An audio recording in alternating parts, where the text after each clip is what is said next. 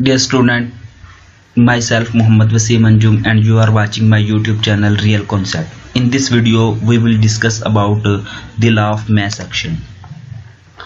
Dear student, दो chemist Gulberg and वेग इन्होंने बहुत सारे रिवर्सिबल रिएक्शन को स्टडी किया और 1869 में एक लॉ पेश किया जिसे लॉ ऑफ मास एक्शन कहते हैं। लॉ ऑफ मास एक्शन की स्टेट को समझने से पहले इसमें दो टर्म को समझना ज़रूरी है। नंबर 1, रेट को समझना ज़रूरी है और एक्टिव मास को समझना ज़रूरी है। सबसे पहले हम रेट की बात करेंगे।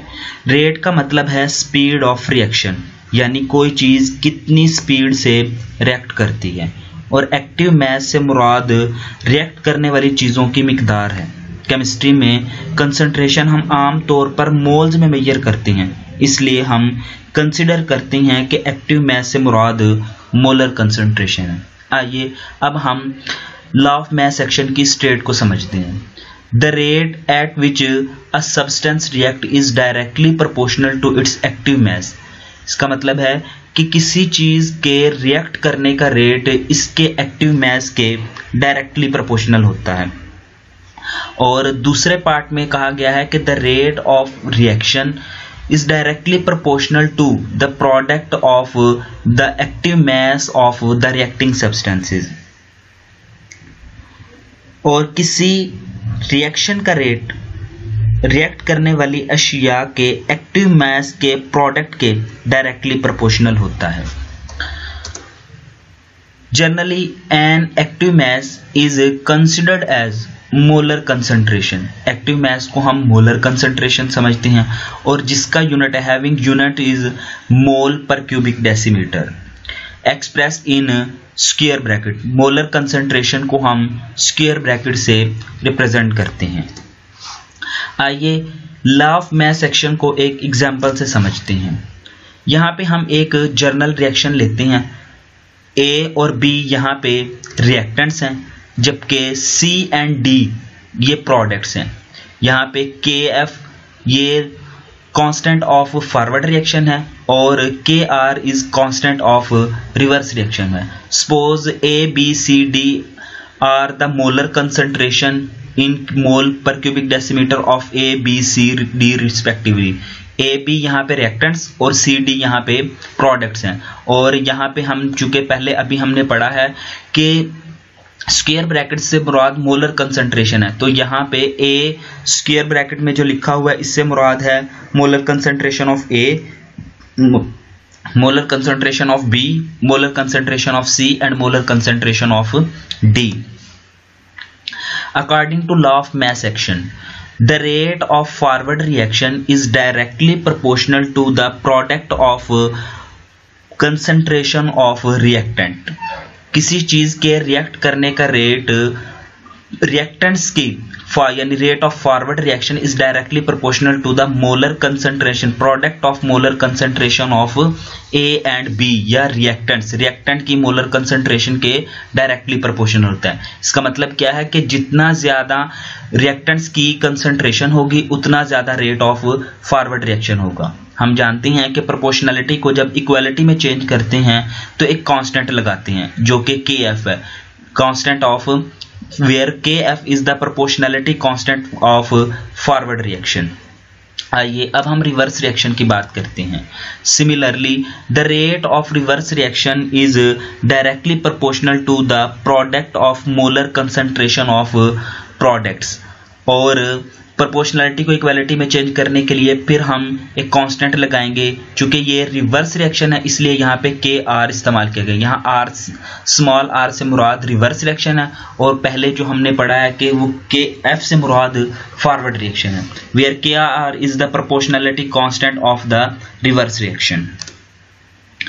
एट इक्विलिब्रियम स्टेट हम ये पहले पढ़ चुके हैं कि at equilibrium state rate of forward reaction is equal to the rate of reverse reaction. जब रिएक्शन इक्विलिब्रियम की स्टेट में होता है तो फॉरवर्ड रिएक्शन का रेट और रिवर्स रिएक्शन का रेट बराबर होता है। रेट ऑफ फॉरवर्ड रिएक्शन और रेट ऑफ रिवर्स रिएक्शन दोनों की वैल्यूज यहाँ पे पुट करते हैं। यहाँ पे KF molar concentration of A and molar concentration of B, यहाँ पे KR molar concentration of C and D। के एफ एंड के आर दोनों कांस्टेंट हैं, तो हम दोनों कांस्टेंट को एक तरफ कर लेते हैं। के आर यहाँ पे मल्टीप्लाई हो रहा था, इस तरफ आके डिवाइड हो जाएगा, जबकि कंसंट्रेशन को एक तरफ करेंगे तो ए बी यहाँ पे मल्टीप्लाई हो रहे थे, उस तरफ जाके डिवाइड हो जाएंगे।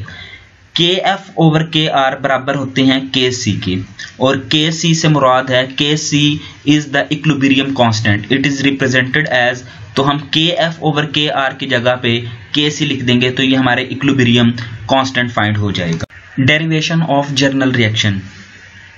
आइए एक जर्नल रिएक्शन पर लॉ ऑफ मास एक्शन को अप्लाई करते हैं।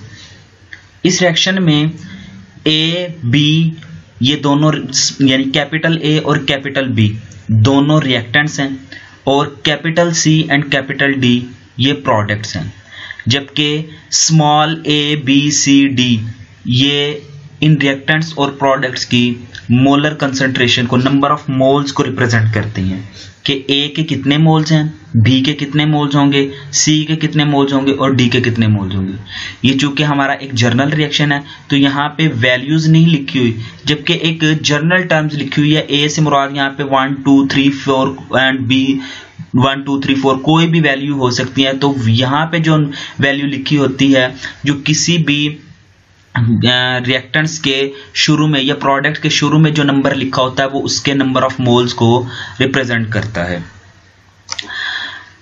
The rate of forward reaction according to the law of mass action, हम जानते हैं कि रेट ऑफ फॉरवर्ड रिएक्शन वो डायरेक्टली प्रोपोर्शनल होता है molar product of molar concentration of reactants.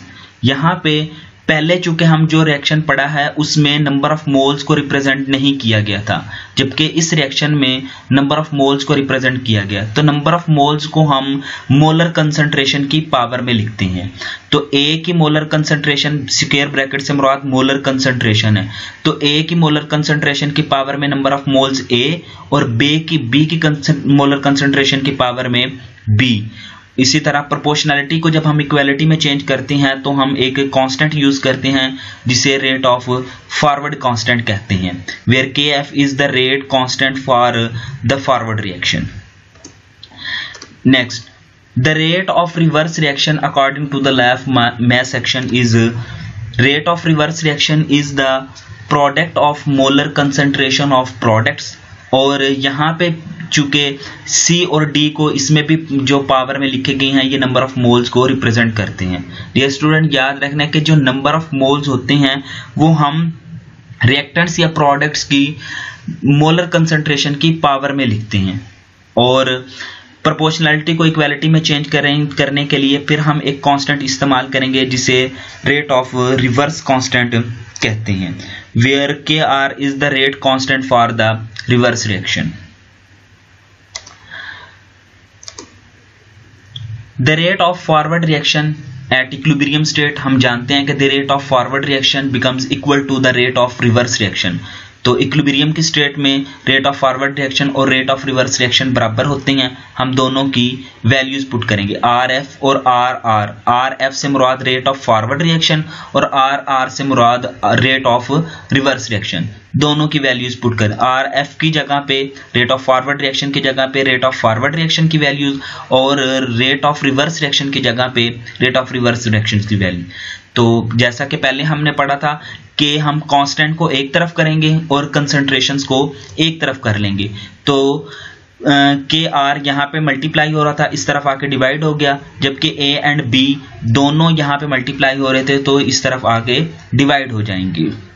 Next, हम जानते हैं कि के एफ बराबर होता है के एफ ओवर के आर बराबर होता है के सी के, तो यहाँ पे हम इसकी वैल्यूज को के एफ ओवर के आर की जगह पे के सी को पुट कर देंगे, और यूं हम इक्विलिब्रियम कांस्टेंट को फाइंड। आइए लॉ ऑफ मास एक्शन का इतलाक अब हम एक स्पेसिफिक रिएक्शन पे करते हैं। When nitrogen react with oxygen to form nitrogen monoxide, the reversible reaction is as follows. Nitrogen oxygen के साथ रिएक्ट करती है और नाइट्रोजन मोनोऑक्साइड्स बनाते हैं। आइए इस रिएक्शन पे हम लॉ ऑफ मास एक्शन को अप्लाई करते हैं। देखते हैं रेट ऑफ फॉरवर्ड रिएक्शन, उसी तरह बिल्कुल rate of forward reaction is equal to the K F, and यहाँ पे डायरेक्ट दिखाया गया है कि अब मैंने प्रोपोर्शनलिटी नहीं लगाया बल्कि डायरेक्ट लिख दिया कि rate of forward reaction is equal to the molar product of molar concentration of reactant with proportionality constant of forward reaction. इसी तरह रेट ऑफ रिवर्स रिएक्शन का रेट लिख दिया गया है, rate of reverse reaction is equal to the proportionality constant of reverse reaction and the concentration of products। Dear student यहाँ पे देखें, ये यहाँ इन दो ऑक्सीजन और नाइट्रोजन दोनों के 1 मोल्स हैं। जहाँ पे कुछ नहीं लिखा होता स्टार्ट में तो इसका मतलब है कि नाइट्रोजन भी 1 मोल यूज की गई है और ऑक्सीजन भी 1 मोल यूज की गई है, लेकिन इसके नतीजे में जो प्रोडक्ट बनती है नाइट्रोजन मोनोऑक्साइड वो 2 मोल्स बनती है जो शुरू में लिखा हुआ है। तो मैंने आपको बताया था जर्नल रिएक्शन में कि जो नंबर ऑफ मोल्स होते हैं वो हम उसकी पावर, मोलर कंसंट्रेशन की पावर में लिखते हैं। तो यहाँ पे देखें हमने नंबर ऑफ मोल्स को इसकी पावर में लिखा है। एट इक्विलिब्रियम स्टेट हम जानते हैं कि रेट ऑफ फॉरवर्ड रिएक्शन बराबर होता है रेट ऑफ रिवर्स रिएक्शन के। दोनों की वैल्यू हम एज यूजुअल हम पुट कर देंगे, जैसे कि रेट ऑफ फॉरवर्ड रिएक्शन की जगह पे रेट ऑफ फॉरवर्ड रिएक्शन की वैल्यू आ गई और रेट ऑफ रिवर्स रिएक्शन की जगह पे रेट ऑफ रिवर्स रिएक्शन की वैल्यू आ गई है। कांस्टेंट को एक तरफ करेंगे और कंसंट्रेशन को एक तरफ कर लेंगे। यहाँ पे देखें, यहाँ के आर डिवाइड हो मल्टीप्लाई हो रहा था सॉरी, और यहाँ पे आके डिवाइड हो जाएगा और दोनों कंसंट्रेशन यहाँ पे मल्टीप्लाई हो रही थी इस तरफ जाके डिवाइड हो जाएंगी, जहाँ के यहाँ पे दिखाया गया है। और हम जानते हैं कि के एफ ओवर के आर बराबर होते हैं के सी के, और यहाँ पे हम के सी की वैल्यू पुट कर देंगे तो ये एक्सप्रेशन हमारे पास इक्विलिब्रियम कांस्टेंट का आ जाएगा फॉर दिस रिएक्शन। आइए लॉ ऑफ मास एक्शन को हम एक और एग्जाम्पल पे अप्लाई करते हैं। For the reaction of nitrogen with hydrogen to form ammonia. Nitrogen जब हाइड्रोजन के साथ रिएक्शन करती है तो अमोनिया बनाते हैं। तो इसकी बैलेंस केमिकल इक्वेशन आइए देखते हैं। देखें, नाइट्रोजन जब हाइड्रोजन के साथ रिएक्ट कर रही है तो अमोनिया बनाती है। आइए इस पे लॉ ऑफ मास एक्शन को अप्लाई करते हैं। जैसा कि हमने पहले देखा था कि रेट ऑफ फॉरवर्ड रिएक्शन वो बराबर होता है proportionality constant for forward reaction and product of molar concentration of reactants. देखें स्टूडेंट, यहाँ पे नाइट्रोजन के जो नंबर ऑफ मोल्स हैं वो 1 है, तो 1 मोल्स यहाँ पे 1 लिखने की जरूरत नहीं होती, जबकि हाइड्रोजन के मोल्स 3 है। तो इस नंबर ऑफ मोल्स को हम मोलर कंसंट्रेशन की पावर में लिखते हैं, तो यहाँ पे मैंने पावर में इसको लिख दिया है। इसी तरह रेट ऑफ रिवर्स रिएक्शन जो होते हैं वो कंसंट्रेशन ऑफ प्रोडक्ट्स के डायरेक्टली प्रोपोर्शनल होते हैं, और प्रोपोर्शनलिटी को खत्म करने के लिए हम प्रोपोर्शनलिटी कांस्टेंट लगाते हैं, जो कि यहाँ पे हमने रिवर्स कांस्टेंट लगा दिया है। इसमें अमोनिया के जो नंबर ऑफ मोल्स हैं वो 2 हैं, जो यहाँ पे हमने पावर में लिख दी हैं। हम जानते हैं कि at equilibrium rate of forward reaction बराबर होता है रेट ऑफ रिवर्स रिएक्शन के। रेट ऑफ फॉरवर्ड रिएक्शन और रिवर्स रिएक्शन दोनों बराबर हैं, दोनों की यहाँ पे वैल्यूज पुट कर दी है। रेट ऑफ फॉरवर्ड रिएक्शन की ये वैल्यू आ गई और रेट ऑफ रिवर्स रिएक्शन की ये वैल्यू आ गई है। हम कांस्टेंट को एक तरफ कर लेंगे और कंसंट्रेशन को दूसरी तरफ कर लेंगे। यहाँ पे के आर यहाँ पे मल्टीप्लाई था, यहाँ पे आके डिवाइड हो जाएगा और ये हमारे पास एक वैल्यू आ जाएगी, जबकि यहाँ पे हमारे प्रोडक्ट ये रिएक्टेंट्स यहाँ पे मल्टीप्लाई हो रहे थे उस तरफ जाके डिवाइड हो जाएंगे, और के एफ ओवर के आर बराबर होते हैं के सी के, और इस तरह हम के सी की इक्विलिब्रियम कांस्टेंट को फाइंड कर सकते हैं। डियर स्टूडेंट, अगर हमें किसी स्पेसिफिक टाइम पे या इक्विलिब्रियम के टाइम पे मोल कंसंट्रेशन ऑफ प्रोडक्ट और रिएक्टेंट्स दोनों की वैल्यू हमारे पास मौजूद हो तो हम इस फार्मूले में पुट करेंगे और पुट करके के सी की यानी इक्विलिब्रियम कांस्टेंट की वैल्यू फाइंड कर सकते हैं। Right the equilibrium constant expression for the following reaction. ये 3 रिएक्शन दिए गए हैं, ये आपके असाइनमेंट है, असाइनमेंट के तौर पे आपको असाइन किए जा रहे हैं। आप इसकी प्रैक्टिस करें, इनके लिए इक्विलिब्रियम कांस्टेंट एक्सप्रेशन को ड्राइव करें। Thank you very much.